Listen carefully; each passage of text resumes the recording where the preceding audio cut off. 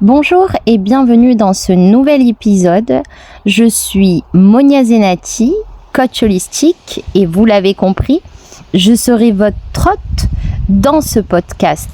Je suis ravie de vous retrouver aujourd'hui pour aborder un sujet qui nous concerne toutes, à un moment ou à un autre, la gestion du stress. Et en particulier quand il nous submerge soudainement. Vous est-il déjà arrivé de vous sentir submergé par une vague d'émotions, de vous retrouver projeté dans le passé sans savoir pourquoi, comme si vous reviviez une situation difficile? Ces moments, que l'on appelle des flashbacks émotionnels, peuvent être très déstabilisants. Et on ne sait pas toujours comment les gérer, ni comment revenir à la réalité. Aujourd'hui, je suis là pour vous partager des solutions concrètes et bienveillantes pour retrouver votre calme et votre pouvoir d'action. Nous allons explorer ensemble une approche puissante et accessible. La pleine conscience. Pas de jargon compliqué, juste des outils simples pour vous aider à vous ancrer dans le présent. Donc comprendre ce qui se passe. La première chose dont je souhaiterais vous partager, c'est que pour commencer, il est essentiel de démystifier ce phénomène. Un flashback n'est pas juste un mauvais souvenir. C'est une réaction de notre corps et de notre esprit qui, face à un déclencheur, donc c'est-à-dire un son, une odeur, une image, nous fait revivre le stress et les émotions d'une situation passée. Votre corps ne fait pas la différence entre le passé et le présent. Et c'est pour ça qu'on revit en fait ces moments où on a l'impression de revivre vraiment les moments du passé dans l'instant présent. Et puis là forcément c'est le drame parce qu'on est envahi, submergé et on est vraiment déboussolé. En fait, le corps, il réagit comme si le danger était imminent. Et l'objectif n'est pas de revivre en détail les souvenirs grâce à la pleine conscience, mais de comprendre la réaction de votre corps. Donc c'est une information précieuse.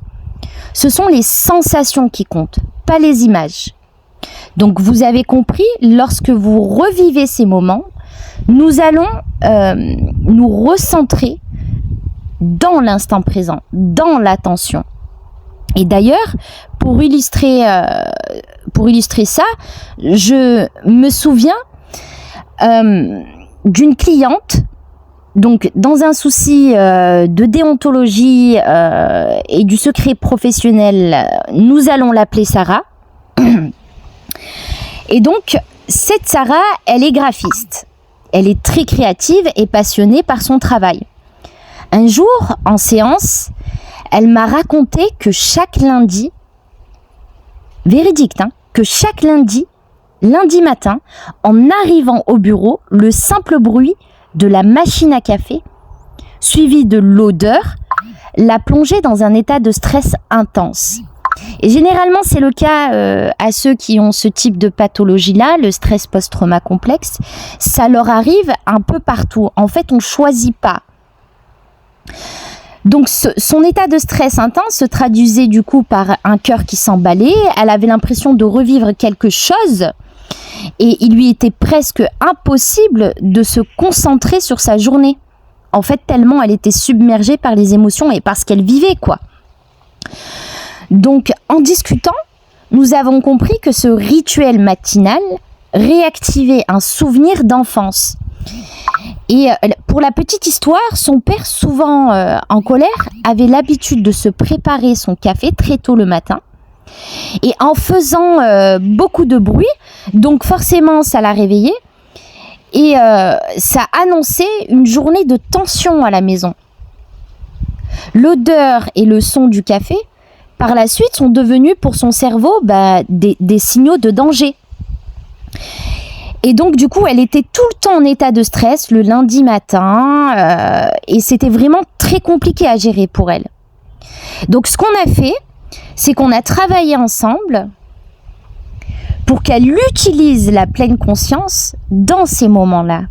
Et au lieu de fuir la situation, elle a appris à s'arrêter et à observer. Du coup, ce qui s'est passé, c'est qu'elle se concentrait sur ses sensations, donc le contact de ses pieds sur le sol, la chaleur de sa tasse, l'odeur du café, comme elle est, clairement, sans le filtre du passé. Et elle répétait mentalement donc des phrases que je lui ai données. Je suis au bureau, très très simple. Je suis au bureau. Je suis Sarah, il est 9h du matin. Je suis en sécurité. Une inspiration de 4 secondes, une expiration de 6 secondes. Et ce simple exercice d'ancrage lui a permis de reprendre le contrôle. Et donc en fait, ce qui s'est passé, c'est que petit à petit, l'odeur du café a cessé d'être un déclencheur de stress et elle est devenue simplement l'odeur du café. Et c'est exactement ça la puissance de la pleine conscience. Vous comprenez les filles ? Parce qu'elle nous aide à séparer le passé du présent lorsque l'on a un stress post-trauma. Donc ensuite, on va parler donc de la fameuse pleine conscience. Donc la pleine conscience, c'est votre encre, d'accord ? Faut bien que vous intégrez ceci. Donc c'est là que la pleine conscience va entrer en jeu. La pleine conscience, c'est simplement la capacité, pour celles qui ne connaissent pas, de porter son attention au moment présent. Et ceci, bien entendu, sans jugement. Donc c'est un entraînement un petit peu comme un muscle que l'on développe et c'est une manière douce de se reconnecter à soi-même et à la réalité, j'ai envie de dire, quand tout semble s'effondrer. Et là vraiment, tous ceux qui ont un stress post-trauma complexe, je vous recommande cette technique parce qu'elle est juste incroyable. Donc, faisons un petit exercice. Je vous invite maintenant à prendre quelques instants pour faire ensemble un exercice simple mais puissant. L'ancrage corporel. Si vous le pouvez, d'accord, asseyez-vous confortablement. Donc, on va prendre juste, maximum 5 petites minutes pour que vous puissiez juste découvrir ce qu'est la pleine conscience et comment est-ce qu'elle peut vous aider. Elle agit aussi sur bien d'autres choses. Pardon, je vous prie de m'excuser. Donc, vous allez vous asseoir, d'accord ? Vous allez fermer les yeux ou pas, ça dépend de ce que vous souhaitez. Comment vous êtes le plus à l'aise. Et vous allez, du coup, si vos pieds sont en tailleur, décroisez-les et posez-les à même le sol. Donc, vous allez sentir vos pieds bien à plat, d'accord ? Vous allez prendre conscience de la chaise qui est sous vous et du contact de votre dos contre le dossier. Et vous allez mettre toute votre attention sur ces sensations. Et ce que j'aimerais, c'est que vous vous concentrez sur votre respiration. Alors là, pour le coup, il n'y a pas besoin de la modifier. Vous allez juste l'observer, d'accord ? Vous allez sentir l'air frais qui entre dans vos narines et l'air tiède qui en ressort. Vous allez sentir votre ventre qui se gonfle et qui se dégonfle. Et vous allez prêter une attention particulière et remarquer les sensations autour de vous. Sentez le tissu de vos vêtements. Sentez la température de la pièce où vous êtes et vous allez énumérer mentalement 5 choses que vous voyez, 4 choses que vous entendez et 3 choses que vous touchez. Et enfin 2 choses que vous sentez et 1 chose que vous goûtez. Donc je reprends. La première des choses, c'est de sentir le tissu de vos vêtements. Ensuite, la température de la pièce. Prenez-en conscience. Est-ce que c'est chaud? Est-ce que c'est humide? Est-ce que c'est frais? Et puis, énumérez mentalement 5 choses que vous voyez. Donc, vous ouvrez les yeux si vous les avez fermés et vous allez regarder autour de vous. Et mentalement, intérieurement, vous allez les citer. Ensuite, vous allez énumérer 4 choses que vous entendez. D'accord? Ça dépend de la pièce où vous êtes, mais ça peut être un bruit de fond comme la télévision, ça peut être, si vous êtes dans la cuisine, peut-être le bruit du frigo, si vous avez la fenêtre ouverte, des oiseaux, peu importe, mais vraiment 4 choses que vous arrivez à entendre. Ensuite, 3 choses que vous touchez, que vous pouvez toucher. D'accord? Ça peut être la paume de votre main ou votre bras, donc soit votre corps, soit la chaise, soit à travers les pieds, la sensation du sol. Peu importe, c'est vous qui choisissez. 2 choses que vous sentez. Donc là, vous allez travailler vraiment le côté olfactif. Et vraiment, je vous invite à vous concentrer sur les odeurs subtiles qui vous entourent. Ça peut même être l'air, d'accord? Enfin, l'air, c'est-à-dire l'air de la cuisine, du frigo, etc. si vous êtes dans la cuisine, ou si c'est dans votre salon que vous avez l'habitude de parfumer votre maison, d'accord? Vraiment une odeur. Et donc, ensuite, 1 chose que vous goûtez. Alors là, pour le goût, on est d'accord que vous avez le choix, c'est vous qui choisissez pour cet exercice.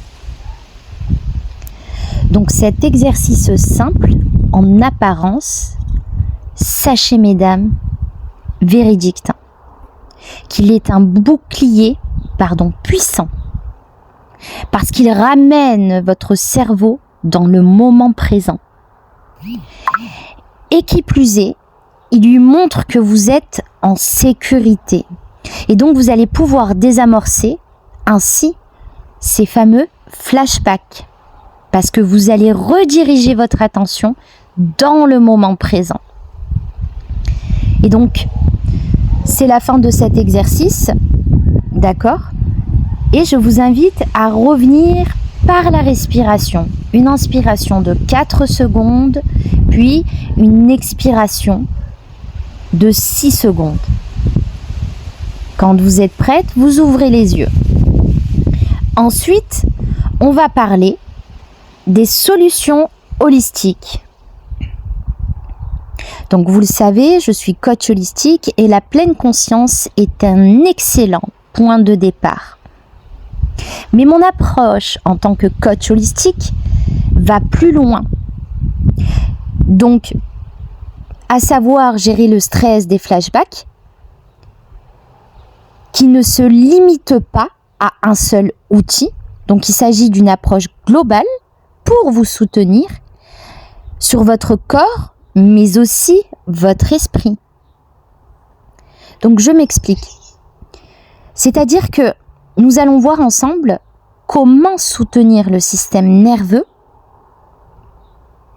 par l'alimentation. Car très peu de coachs abordent le sujet.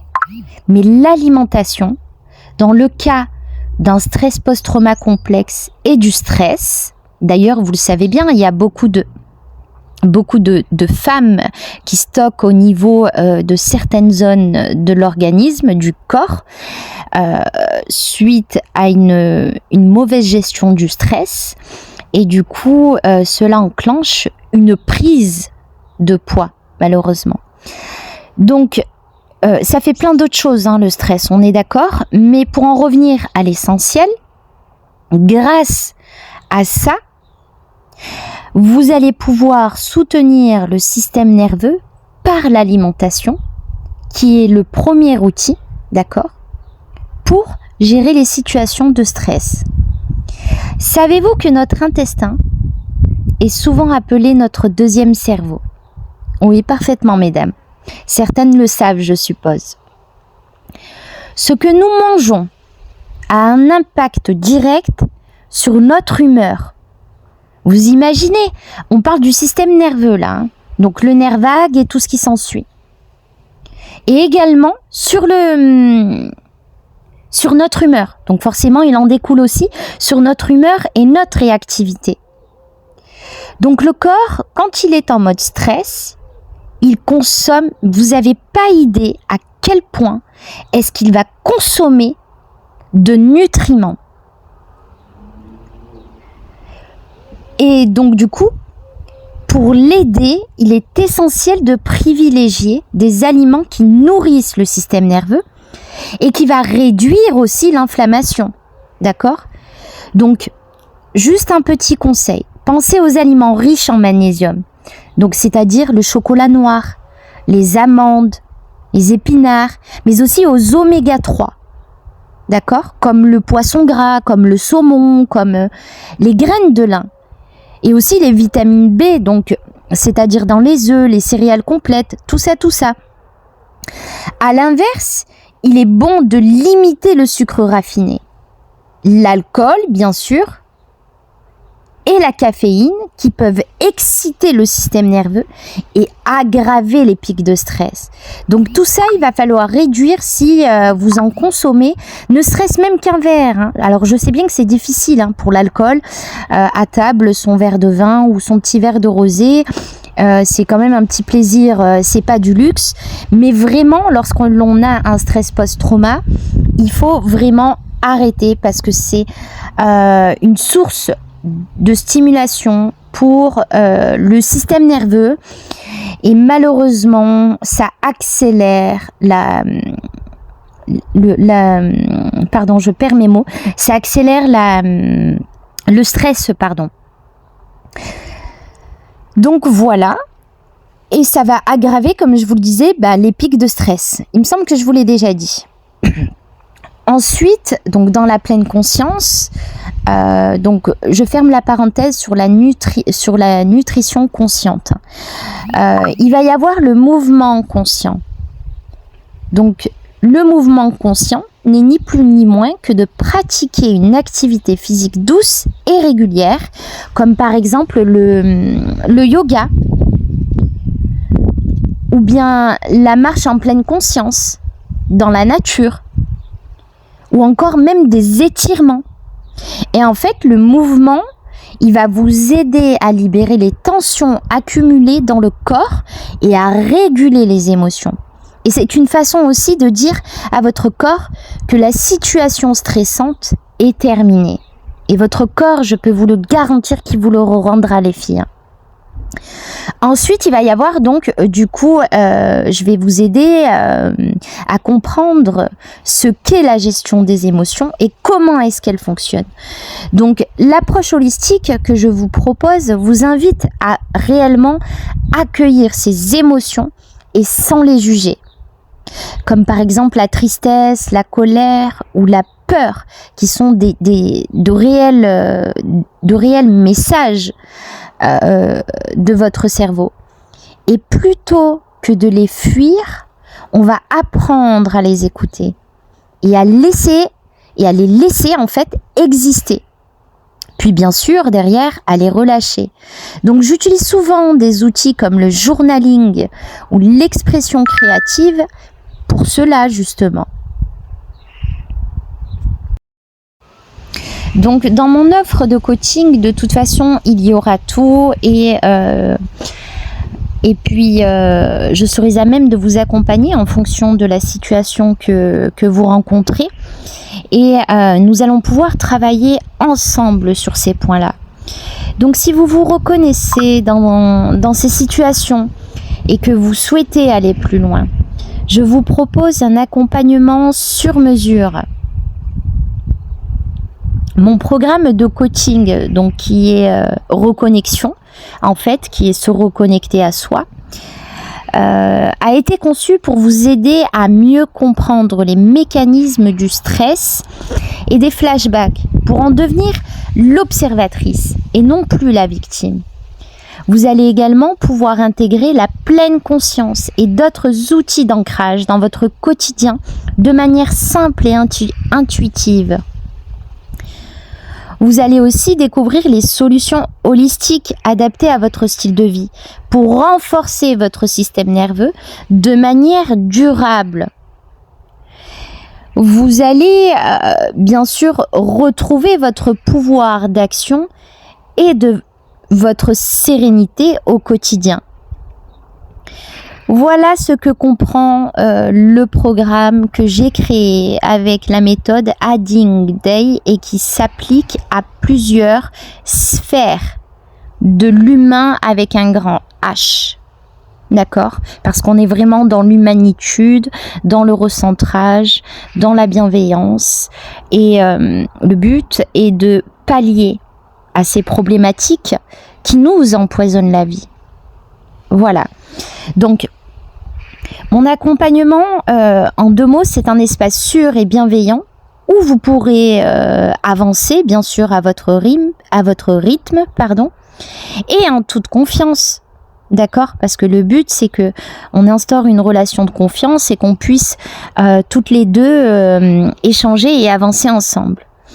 Donc, pour en savoir plus, je vous invite, je vais vous laisser mon adresse email et vous allez pouvoir me contacter directement et me poser toutes vos questions. Je le mettrai en commentaire pour celles qui sont intéressées et qui ont d'autres questions, pas forcément sur le stress post-trauma, ça peut être sur du coaching de couple, sur du coaching holistique au sens large, et j'y répondrai avec grand plaisir. Voilà mesdames, nous arrivons à la fin de cet épisode. J'espère qu'il vous a donné du coup de nouvelles pistes pour gérer le stress et les flashbacks. Rappelez-vous, vous avez en vous toutes les ressources nécessaires pour retrouver le calme. Et donc la pleine conscience n'est pas une destination, mais un chemin, d'accord ? Un chemin qui vous ramène instant après instant à l'endroit le plus sûr du monde, c'est-à-dire le moment présent, pour laisser aller le passé.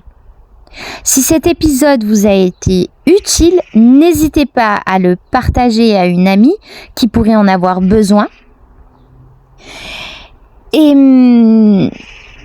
merci d'avoir été avec moi aujourd'hui. Je vous dis à très bientôt pour un prochain épisode. Prenez soin de vous, mesdames.